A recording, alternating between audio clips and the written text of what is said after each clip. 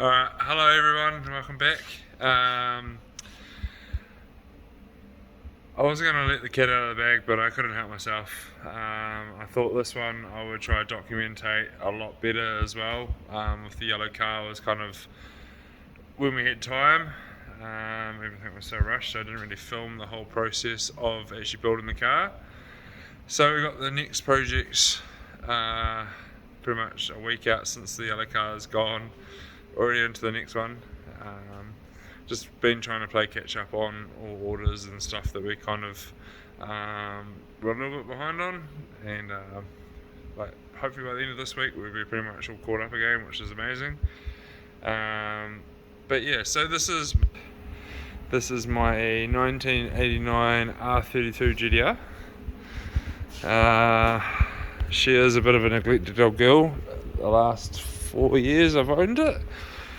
I actually owned it 4 weeks. I pretty much sold all my dailies, pretty much every vehicle I had to be able to buy this off one of my best mates. He was trying to get into the property. So thank you, Bodie. Cheers for letting me buy this one.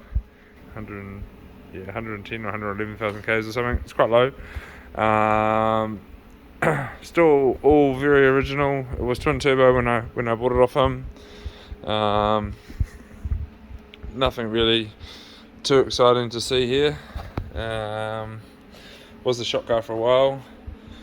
I did dent the door in my garage at home, which I'm a bit gutted about. So I was pushing it out my driveway, trying to move it over for fitted customers S15 in it at home while I was driving it, and yeah, it's like on a bit of a slant, and edge of the door just caught the garage and folded that whole bloody bit in, so a bit gutted about that, to be honest. But yeah, so we'll get into what we've actually got planned for this one a little bit later on in this episode. But for the meantime, I'll tell you what I'm going to do tonight. So I really want to get me front of me tubs all stamped. So I've just got my jig engine in there at the moment. Hell, what is this to do one-handed? So I've got the jig engine in there minus the gearbox. I sold the gearbox that was on it, and I have bought another gearbox, which I'll explain to you soon when I bring it to work. So I want to pull this engine out. I want to pull the whole front off, guards off, both sides. Pull the loom out, because John is going to pretty much de-loom the whole engine bay again. Pull the engine out, and from there I'm pretty much going to get this whole front part sandblasted. And the reason I'm doing that is down here I've got these tubs made up from a guy in Australia, which has done a very nice job. Something that we could have made ourselves, but not really that clued up on the old English wheel, so he had an R32 GTR there, and he made a few others, so obviously got one for either side.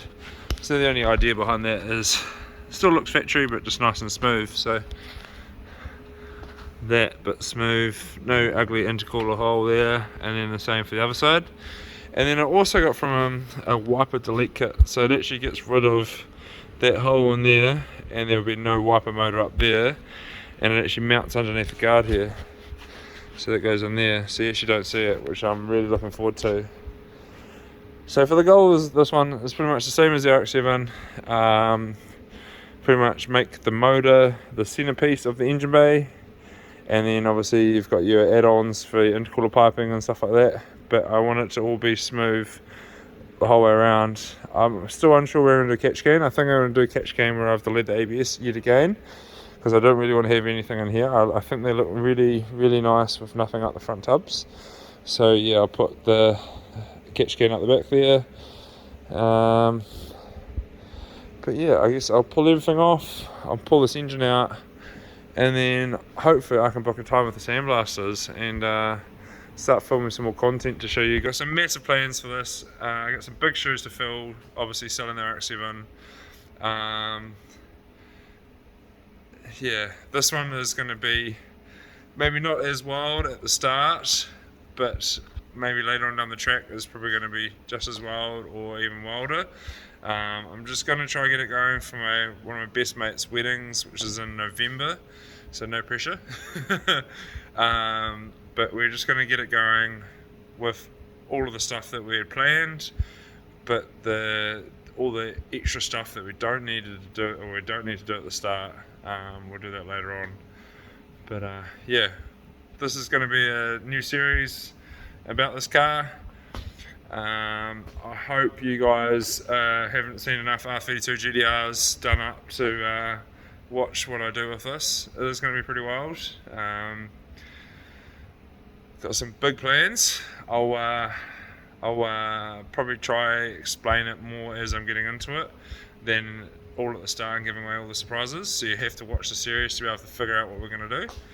And then we've also got another project car that we're going to be working on a little bit this year, trying to get all the sheet metal work done on it. So there's another massive project, and I'm really looking forward to getting that one going. That was my okay car for letting go of the RX7. So it's another rotary.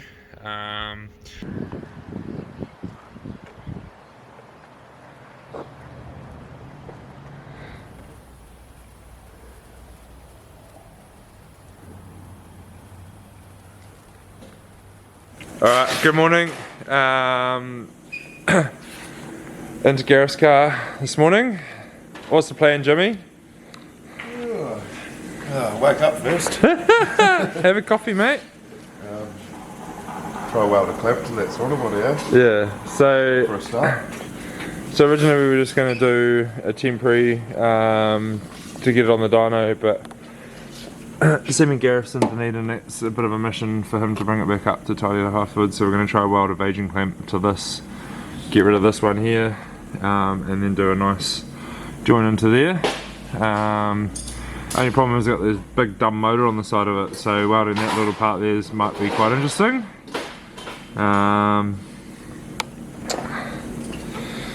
Yeah, so where's the aging clamp? There's a 3.5 inch one there. Can I just show the people what they want to see? So we've got aging clamp there, so it actually fits in there really nicely on the inside, but obviously down that side bit is going to be a bit of a prick to weld. So we got James on the good jobs this morning. The fun ones.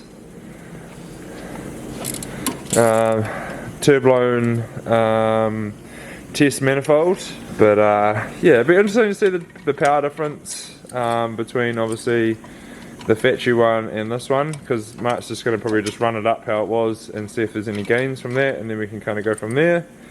But yeah, man, I love this car, it's so cool. Pretty cool, eh? It's super cool. And yeah, hopefully you guys like the new quality of the camera. It's a nice little touch, I think.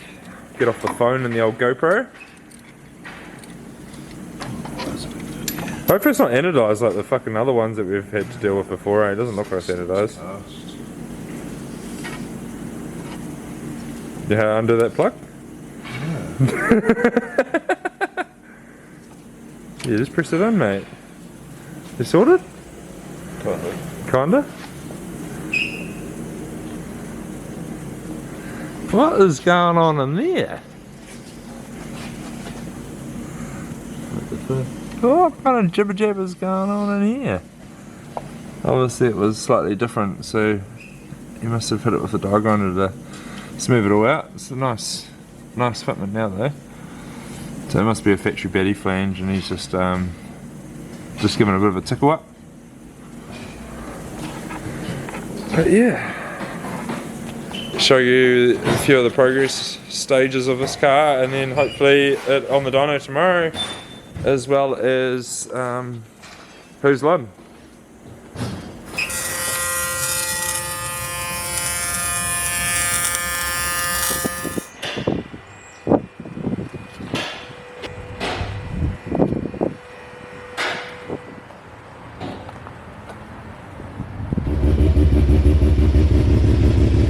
Alright, made down to SAS.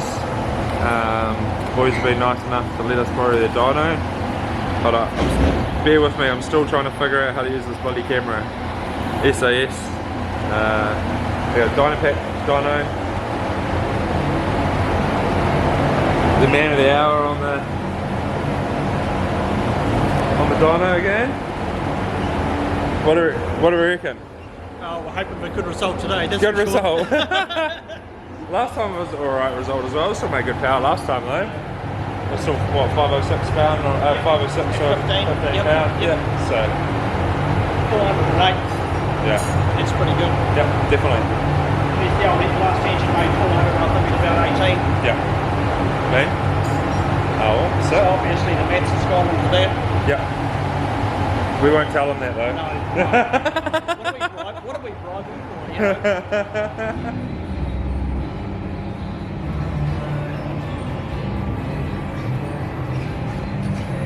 I only just spotted this. We got like the Tony Stark Mustang Cobra, or whatever you want to call it, replica.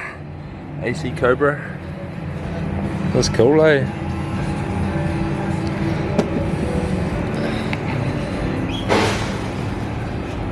Such a cool shape. Dangerous though with only the one roll bar. I guess that's the look of the car, eh? But I feel sorry for the passenger if you ever flip it.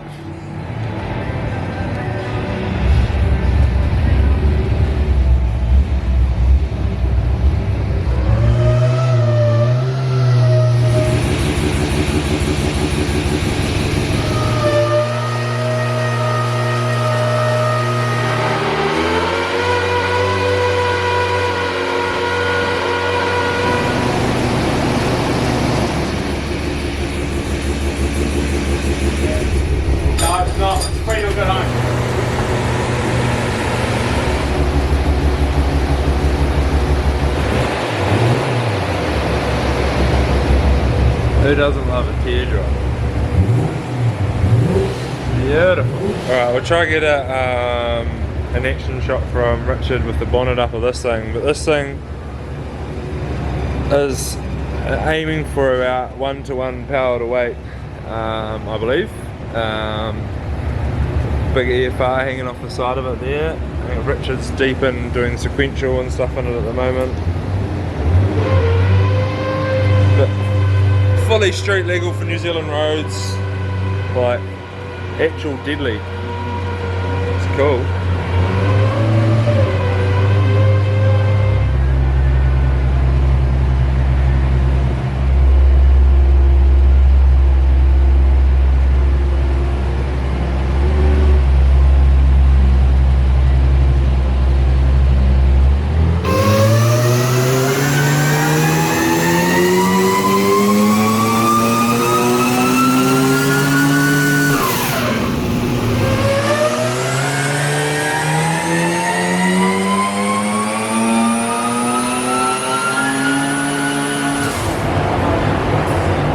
So at 500 horse, on the other sheet we're at 14 pounder boosts at the moment, just starting to put water meth into it.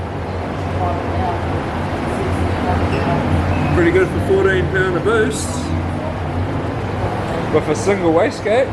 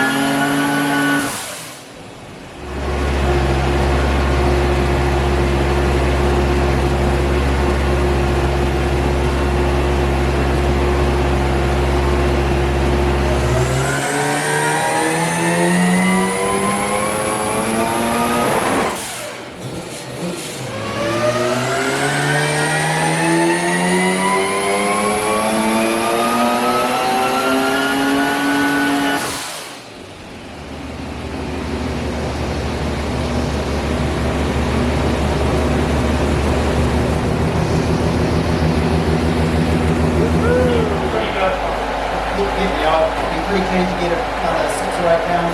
Yeah, it's fine. Yeah, yeah, awesome, mate. We're just looking at levels and things that are coming off. Yeah. You have any of that? Yeah, it's good. So you can see what's happening with our boost. Yeah, so this is what the green one with the boost cut came up. Yeah, Yep. that last one, the green one. Yep. So we came up to 22 was where I wanted that line to be.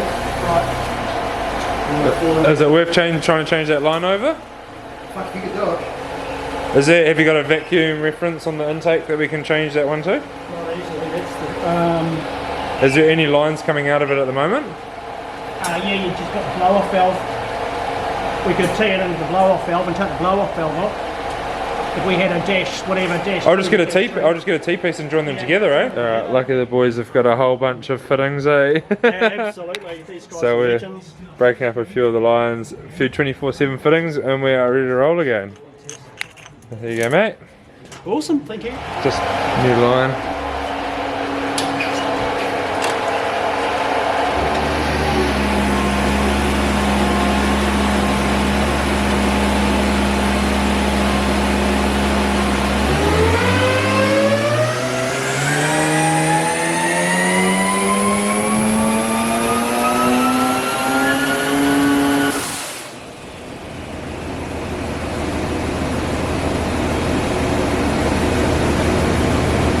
Hard jobs for machining as well too.